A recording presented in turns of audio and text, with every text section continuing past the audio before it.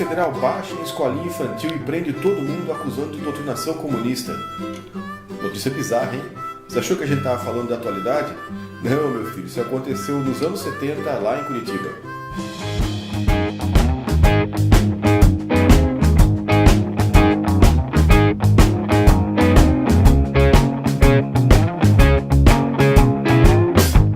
Hoje nós estamos aqui com a professora Maria Rosa Chaves Kunzli, que lançou um livro baseado na sua tese de doutorado, que vai aparecer aqui na tela, e esse livro discute as escolas alternativas em Curitiba debaixo da ditadura militar, em plenos anos 70, aí nesse período, e nós vamos conversar um pouquinho mais sobre esse tema. Olá Maria Rosa, obrigado por participar aqui do canal História Recente e seja muito bem-vinda.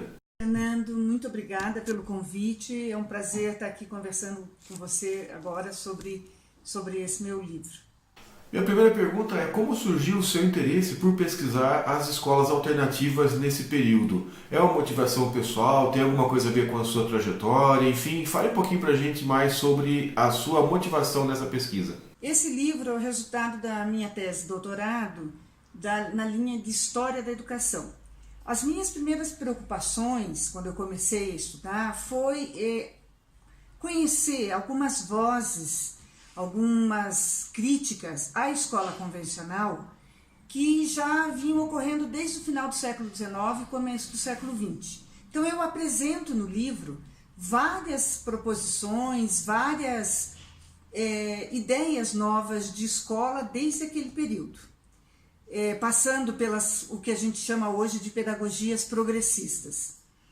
De todas essas leituras, eu acabei conhecendo essas 4 escolas que eu estudo mais detalhadamente no livro, que são experiências que aconteceram em Curitiba no final dos anos 60 e nos anos 70 e que foram críticas à ditadura que existia no país na época.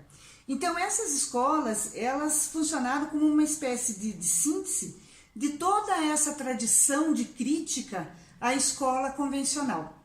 Então, eu apresento todas essas críticas e as escolas do Paraná como esse conjunto de ideias sendo colocadas em prática. Um outro movimento que eu fiz também foi estudar o que era uma escola convencional para entender como a que essas escolas estavam criticando.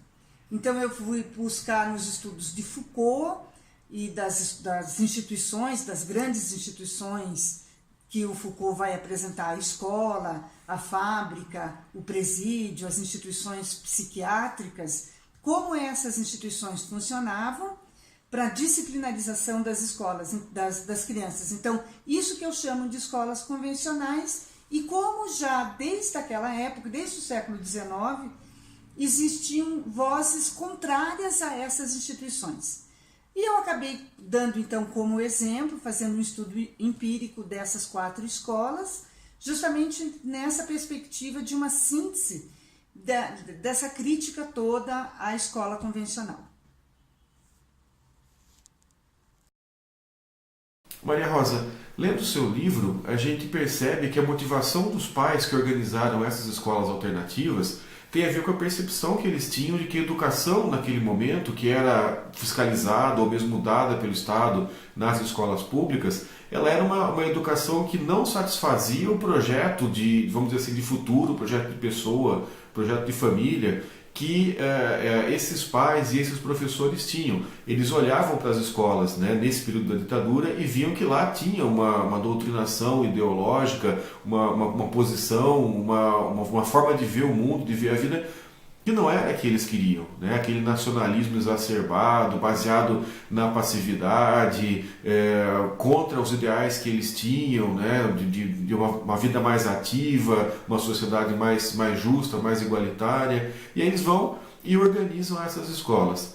Hoje nós temos um movimento que é o Escola Sem Partido, que faz uma coisa bem diferente. Eles acham que tem uma doutrinação, eles fazem uma avaliação de que as escolas são doutrinadoras, só que a diferença é que agora a gente está nas escolas sobre democracia, quando você tem uma ampla liberdade de ensino nas mais diferentes vertentes, E aí eles querem que o Estado censure, que o Estado fiscalize, que o Estado proíba, que o Estado persiga professores para que eles não possam fazer a educação da forma como eles pensam. Esses pais vão fazer alguma coisa que é exatamente o contrário do que a Escola Sem Partido propõe, que é assim, não gosto da educação que está aí, vou organizar uma educação que seja da forma como nós achamos que deve ser. Que semelhanças, que diferenças, que características a gente podia pensar em relação a essa comparação, né, de dois movimentos em dois tempos totalmente distintos? Sem dúvida, a escola que a ditadura militar implantou, quis implantar e definitivamente implantou, era uma escola autoritária. Não só por meio das disciplinas que a gente conhece, de Educação Moral e Cívica, OSPB, EPB nas universidades, mas por meio de uma série de práticas de perseguições. Por exemplo, os professores tinham que tirar atestado de bons antecedentes para poder dar aula, o currículo elogiava o sistema, a organização da escola, uma série de mecanismos que a ditadura implementou e que realmente tinha o objetivo de colocar nas escolas um sistema repressivo, enfim, não democrático. Os fundadores das escolas que eu estudei eram pessoas que vinham de uma história de militância, de luta contra a ditadura. Eram pessoas que já tinham na sua história, eram ligados a vários movimentos sociais, a partidos políticos colocados na clandestinidade e que queriam para os seus filhos uma outra escola. Eles buscaram em vários referenciais teóricos, em vários pensadores, um modelo de escola que fosse democrático, que trabalhasse, que respeitasse as fases das crianças, que trouxesse as crianças para ajudar na organização das escolas, ou seja, eles buscavam uma escola do diálogo, uma escola da participação. Então a gente pode fazer justamente esse paralelo com a Escola Sem Partido, porque o que a Escola Sem Partido quer hoje é voltar a essa escola do não diálogo, essa escola monolítica, essa escola repressora, né? Essa escola que não permite que os professores deem as suas opiniões e tal. Então, evidentemente que é possível fazer esse paralelo, porque o que a Escola Sem Partido quer hoje é o que a ditadura queria, quer dizer, uma escola amordaçada em que os professores não podem dar suas opiniões e uma escola de uma ideia, de uma ideologia só. A repressão a essas escolas alternativas foi um fato, né? Elas aconteceram durante uma ditadura e o Estado perseguiu essas escolas. Enfim, um Estado que tinha uma doutrina, portanto fazia uma doutrinação, né? Baseava todo o sistema educacional e todas as ações do Estado a partir da doutrina de segurança nacional, que é aquela ideia da guerra contra o inimigo interno, aquelas coisas todas que foram impostas ideologicamente pela Guerra Fria. Então o Estado doutrinador atacava essas escolas, né? Prendia as pessoas, prendia os educadores, pais, etc., acusando de doutrinação, ou seja, doutrinadores prendendo pessoas por eles acusadas de doutrinação. Como é que você vê? Será que tem alguma semelhança com o debate atual em que pastores fundamentalistas altamente doutrinadores, pessoas altamente conservadoras que impõem uma doutrinação conservadora sobre os seus filhos, né, acusam quem faz uma educação voltada para a liberdade, que é a própria ideia do Paulo Freire, por exemplo, de doutrinação? Que semelhanças e diferenças nesse período? O que você acha? Sem dúvida, a gente pode fazer um paralelo perfeitamente com esse movimento aí chamado de Escola Sem Partido. Claro que na época dos militares a repressão caiu de forma muito mais pesada sobre essas escolas. Então eu conto no livro também alguns episódios de perseguições que as escolas sofreram. Por exemplo, em 1978, professores, pais, apoiadores dessas escolas foram presos. E foi um episódio que marcou muito a cidade, porque movimentou inclusive a Igreja Progressista, a Anistia Internacional, porque foi um absurdo. Então a ditadura entrava nas escolas, pegava documentos, pegava materiais, e eles tentavam provar que aquelas escolas, na verdade, eram núcleos subversivos que queriam transformar as crianças em comunistas, em potencial e tal. E é exatamente o discurso que a gente ouve hoje da Escola Sem Partido, que nós estamos doutrinando as crianças todas para serem marxistas e fazerem a revolução. Então, isso aconteceu. Claro que na época da ditadura a repressão era mais forte do que, né, felizmente, nos dias atuais. Uma questão que também é possível fazer um paralelo e que eu coloco aqui no livro é que havia uma crítica muito grande à questão moral. Então, os policiais, na época da ditadura, a ditadura dizia que aquelas professoras, aqueles professores não tinham condições morais, porque eram muito libertinos, porque vinham de famílias desestruturadas, porque falavam de sexualidade das crianças. Claro que se falava de sexualidade, porque as escolas alternativas buscavam entender justamente as fases de desenvolvimento das crianças. Então se discutia muito Piaget, Freinet, outros teóricos que procuravam entender o desenvolvimento e a maturação das crianças.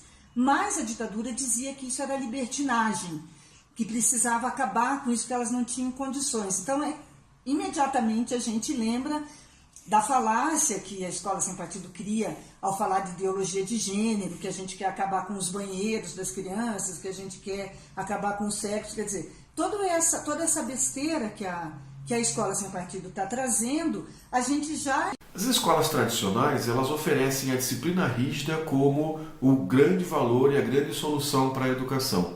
Essas escolas alternativas que você pesquisou, e também a gente supõe, né, que as escolas alternativas na atualidade, elas oferecem um conjunto de outros valores, além da questão da disciplina, ou ao invés da questão da disciplina, que marcam uma diferença muito importante.